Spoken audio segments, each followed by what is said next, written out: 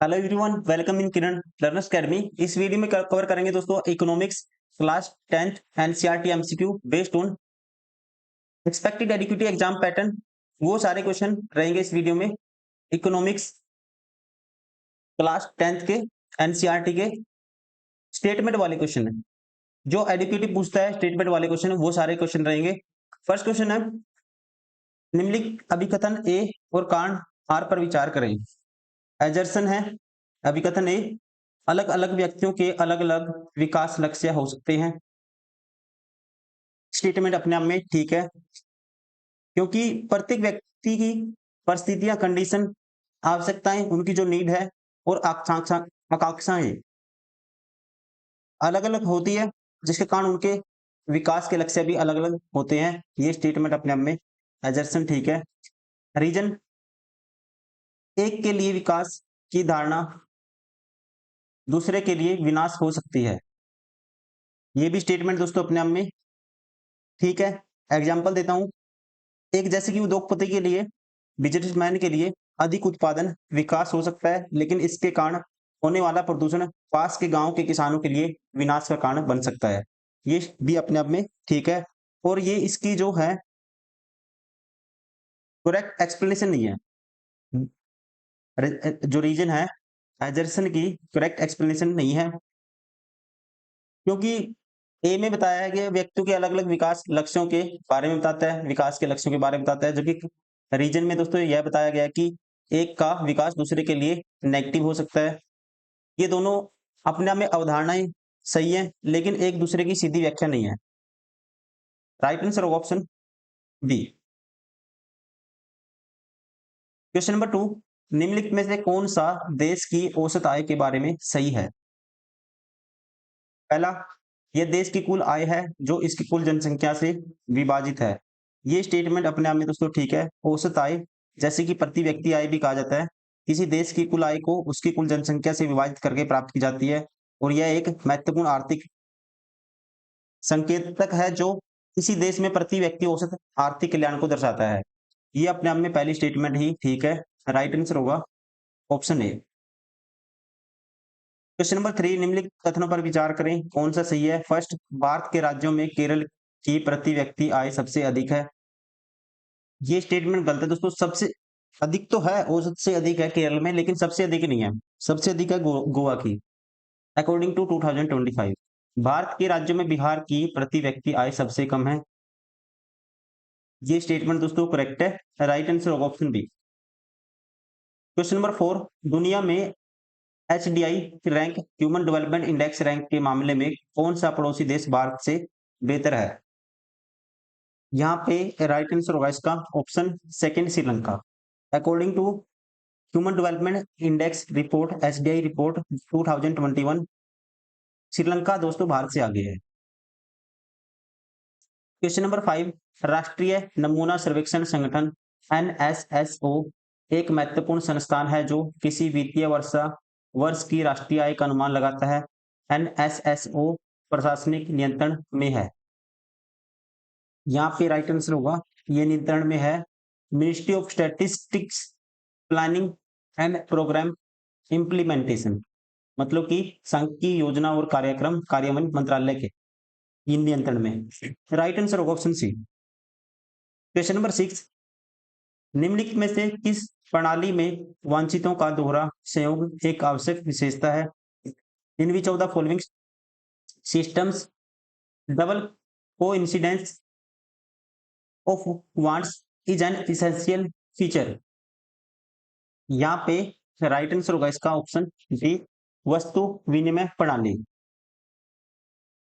यह एक ऐसी कंडीशन है जहां दो व्यक्तियों के पास ऐसी वस्तुएं या सेवाएं होती हैं जिनकी दूसरे को आवश्यकता होती है, और वे उनका सीधा आदान प्रदान करने को तैयार होते हैं। यह वस्तु विनिमय प्रणाली या बार्टर सिस्टम इसको कहा जाता है। ये इसकी दोस्तों ध्यान रखेंगे विशेषता है बार्टर सिस्टम की। यहाँ पे इसमें मुद्रा का उपयोग किए बिना वस्तुओं और सेवाओं का सीधा आदान प्रदान हो सकता है या होता है। राइट आंसर होगा ऑप्शन बी। क्वेश्चन नंबर 7, स्वयं सहायता समूह एसएचजी के संबंध में निम्नलिखित कथनों पर विचार करें। कौन सा सही है? फर्स्ट कहता है एक सामान्य स्वयं सहायता समूह में 150 से 200 सदस्य होते हैं जो आमतौर पर एक पड़ोस से संबंधित होते हैं। पहली स्टेटमेंट गलत है। सदस्यों की संख्या हो सकती है 10 से 20, ना कि 150 से 200। सेकंड, सदस्य अपनी जरूरतों को पूरा करने के लिए समूह से ब्याज मुक्त छोटे ऋण ले सकते हैं। ये भी दोस्तों गलत है सेकंड स्टेटमेंट, ध्यान रखेंगे आप। स्वयं सहायता समूह ग्रामीण क्षेत्रों के लोगों का एक छोटा समूह होता है जो अपनी बचत एकत्र करते हैं और उसे अनौपचारिक क्षेत्र की तुलना में कम ब्याज दर पर अपने सदस्यों को ऋण के रूप में पैसा देते हैं। लेकिन ये ऋण बिल्कुल मुक्त नहीं हो सकता, ऋण कम हो सकता है, ना कि मुक्त छोटे ऋण ले सकते हैं। ये गलत है। राइट आंसर होगा ऑप्शन डी।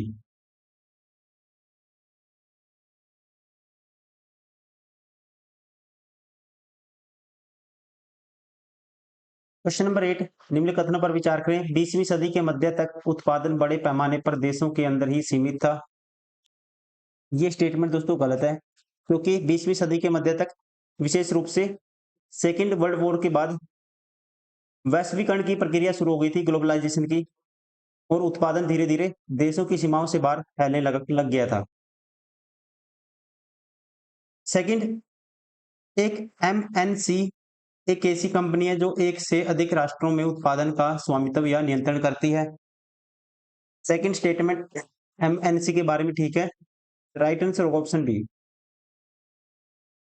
क्वेश्चन नंबर 9, वैश्वीकरण ग्लोबलाइजेशन निम्नलिखित में से किसकी सीमा पर आवाजाही का कारण बनता है?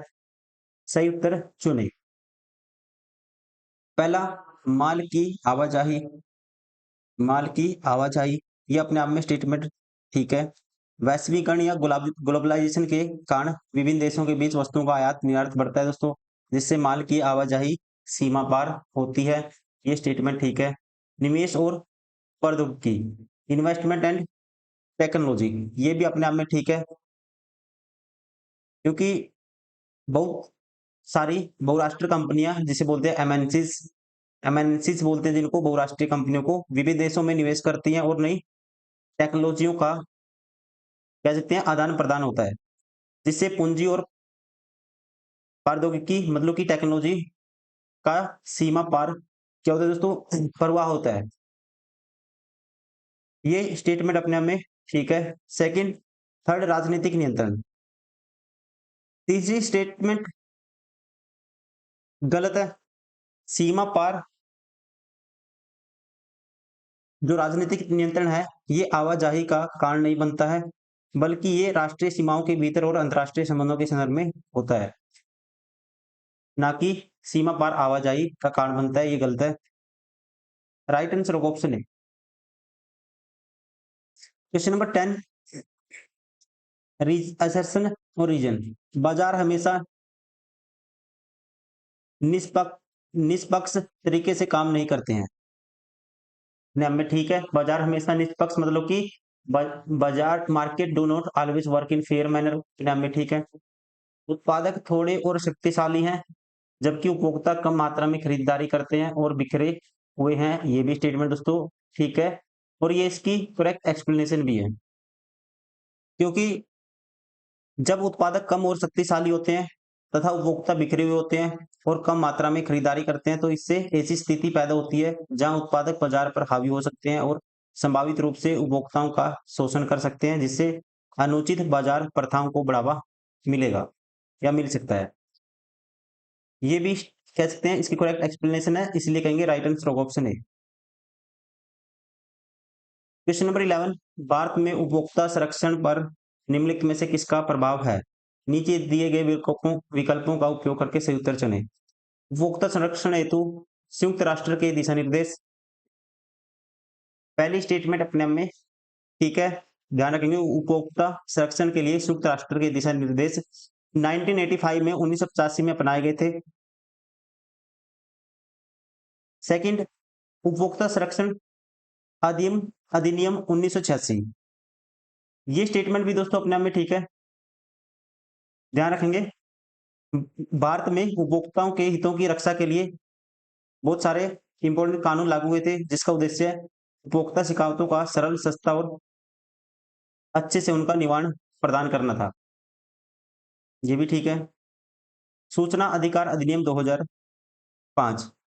दोस्तों ध्यान रखेंगे, यह अधिनियम नागरिकों को सरकारी जानकारी तक पहुंच प्रदान करता है, जो कह सकते हैं इनडायरेक्ट रूप से उपभोक्ताओं को उनके अधिकारों के बारे में सूचित करने और धोखाधड़ी से बचने में मदद करता है। ये भी ठीक है। Right answer of option D. Question number 12, उपभोक्ता संरक्षण 1986 के तहत निम्नलिखित में से कौन सा अधिकार उपलब्ध नहीं है? दोस्तों ध्यान रखेंगे, उपभोक्ता संरक्षण अधिनियम 1986 उपभोक्ताओं को कई अधिकार प्रदान करता है ताकि उनके हितों की रक्षा की जा सके और उन्हें शोषण से बचाया जा सके। बहुत सारे आते हैं, जैसे इसमें सुरक्षा का अधिकार, सूचना का अधिकार, चयन का अधिकार, सुनवाई का अधिकार जिसे बोलते हैं प्रतिनिधित्व का अधिकार, और शिकायत निवारण का अधिकार, उपभोक्ता शिक्षा का अधिकार। सारे के सारे शामिल है। Right answer of option D, उपयुक्त सभी अधिनियम के तहत उपलब्ध है 1986 के तहत।